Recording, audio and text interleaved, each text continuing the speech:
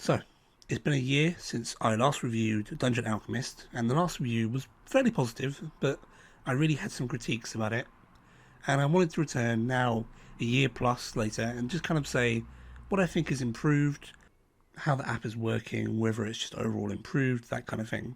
So, in the background, you'll be able to see my map design as I've kind of played around with it during a recent series of updates. I have had experience with it before, obviously. I've tried many different map creators, and I must say that a year on, Dungeon Alchemist just remains to be the fastest one, definitely. There, I don't think, is any other map creator that is this quick in just bam, bashing out something vaguely playable within the span of about a minute. I will say, I'm no fan of AI, though it has to be said that Dungeon Alchemist did come before this current rush we're seeing in that field, and its tech is kind of just creating room designs and that sort of thing, which I have to say really feels like it's improved in the year plus that we've seen. At least it feels like the rooms I'm seeing are a lot more. Well, they just make more sense than they did before. There are rooms that just have the kind of basic design layers you would expect. And there are way less situations where I've hastily thrown something down and gone, God, I'm going to have to completely redo that because it just looks crazy. Which is a blessing. You can play more around with the AI version of things and kind of feel like it's made something that is at least usable as a simple layer for you to start upon. In terms of speed, Dungeon Alchemist remains just a top pick. You know, you can create a map in probably 10 minutes as a casual user, someone who's never used it. If you want to make like a forest or a creek with a woodcutter's hut, bam, done. Really no need for additional detailing. It is ready to play. It can be 3D or 2D, can be any kind of time of day, you can play around with the lighting. It's so simple, so easy to do. Very few map creators can compete with the level of speed, and I really think that that is the strongest aspect of this. You can download Dungeon Alchemist for a game that you have within the hour and bash out around 3 or so maps, fully understand what you're doing, and they would be ready to play and ready for most software online. It's just that simple. There's even a print option for making physical maps, which is really awesome. I will say that in the year that we've had, I would once have argued that 3D tools were just less popular and that was kind of a benefit of the tool.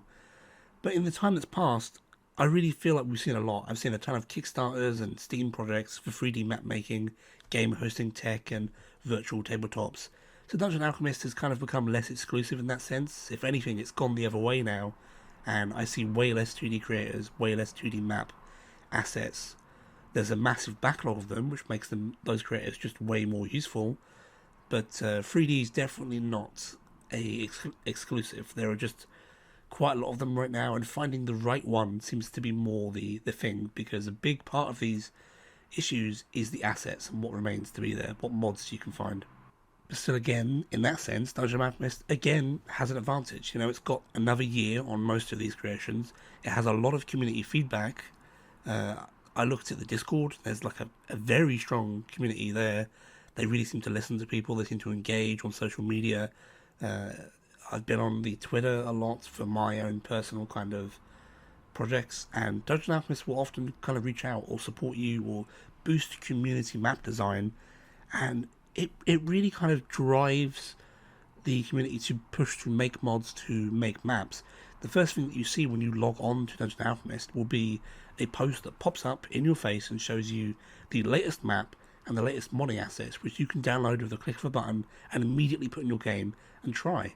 There have been several maps where I've gone on and not been sure what I'm going to do that have just looked fantastic, and you can click a button, download them, play them, and fiddle around, or try them out and adjust them to how you want to play them, and bam, that's your map, that's it.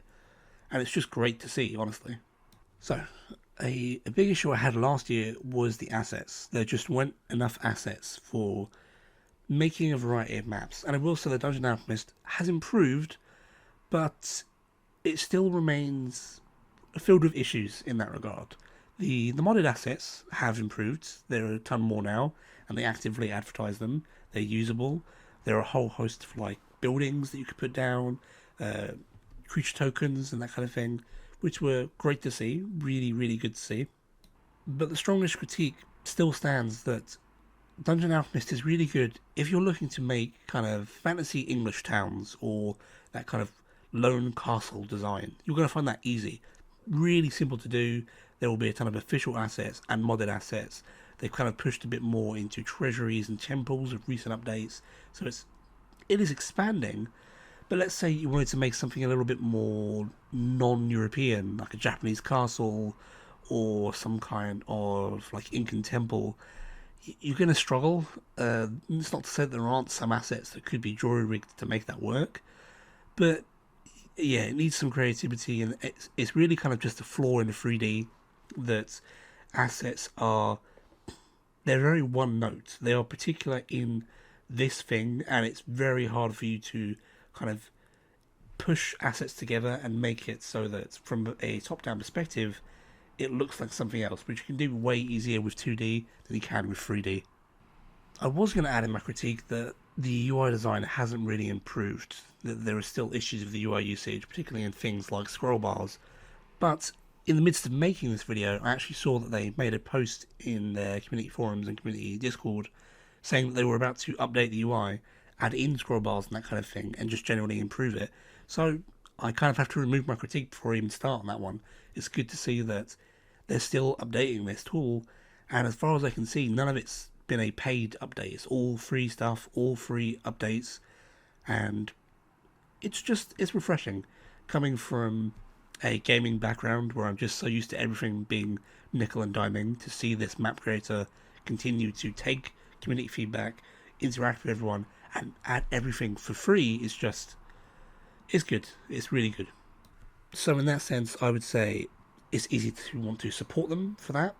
I think my end conclusion, as I'm kind of playing around the map with the map designer in the background, is it's got better. A year on, Dungeon Alchemist is really progressing, and I think if the map creator continues to work in this way, a year down the line, another 2 years down the line, this is going to be a tool which, if your preferred map style is 3D, then you need this. This will be kind of one of those tools of the arsenal, a real like crown jewel for you to have. I would absolutely get it, and the price isn't that bad either in terms of map creation. Another kind of addition that really makes Dungeon Alchemist stand out is a lot of the lighting tools, the 3D effects work into Roll20, they work into Foundry, and there's even a web page which kind of teaches you how to import them properly and move them over, which other asset creators don't really tend to do. However, whilst I think it is improving, I still kind of remain with my earlier opinion last year of, this is a really good tool. I don't think it's the best tool out there. That isn't to say it's great. I think that for a casual audience, Dungeon Alchemist is probably the best map creator that you can get. You should get it if you just kind of want to make maps for fun, or you want to make maps in a simple 3D style. Those who have mastered it will really make some spectacular stuff, but I ultimately think that 2D just looks better. I think that you would have a much easier time with something like Dungeon Draft, with Incarnate. Those two will make better battle maps, or better kind of world maps, obviously. Dungeon Alchemist is never going to make something in that regard. What I do think Dungeon Alchemist will do amazingly is make kind of town maps or environment maps.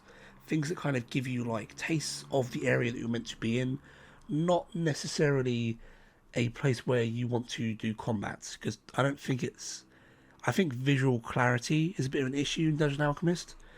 Whilst everything kind of looks pretty, it doesn't look the best unless you're using, let's say, like Roll20 tokens, which are very stand outish. They're very simple, just a picture with like a kind of a color border. That makes it pretty easy to use. But if you're using kind of like physical tokens or a more stylized little statuesque piece, which some virtual tabletops use, it's really going to kind of become difficult for you to use this tabletop. Still, that is a return to Dungeon Alchemist for me. I've got to say, still looking good. Still definitely something you should get. Not my absolute favourite map creator, but that isn't to say that it isn't a brilliant creator. Out of 10, last year I probably would have given it a 7. I think now I'd give it an 8. It is really getting there, and I hope that a year or two down the line, I come back to it again, and I feel like it's a 9 out of 10, getting even better, and we really just continue to see the creator of this software improve and improve and improve, and this becomes kind of the premier 3D software which I think it can be. If you got this far, thanks for watching guys, I really appreciate it. Please give the video a like, it really helps me with the algorithm, and consider subscribing for more kind of videos in the future about D&D, RPG games, and my general thoughts and opinions about all sorts of fantasy and writing culture. If you really want to support me, there's my Patreon down below, and that really goes into just everything I do.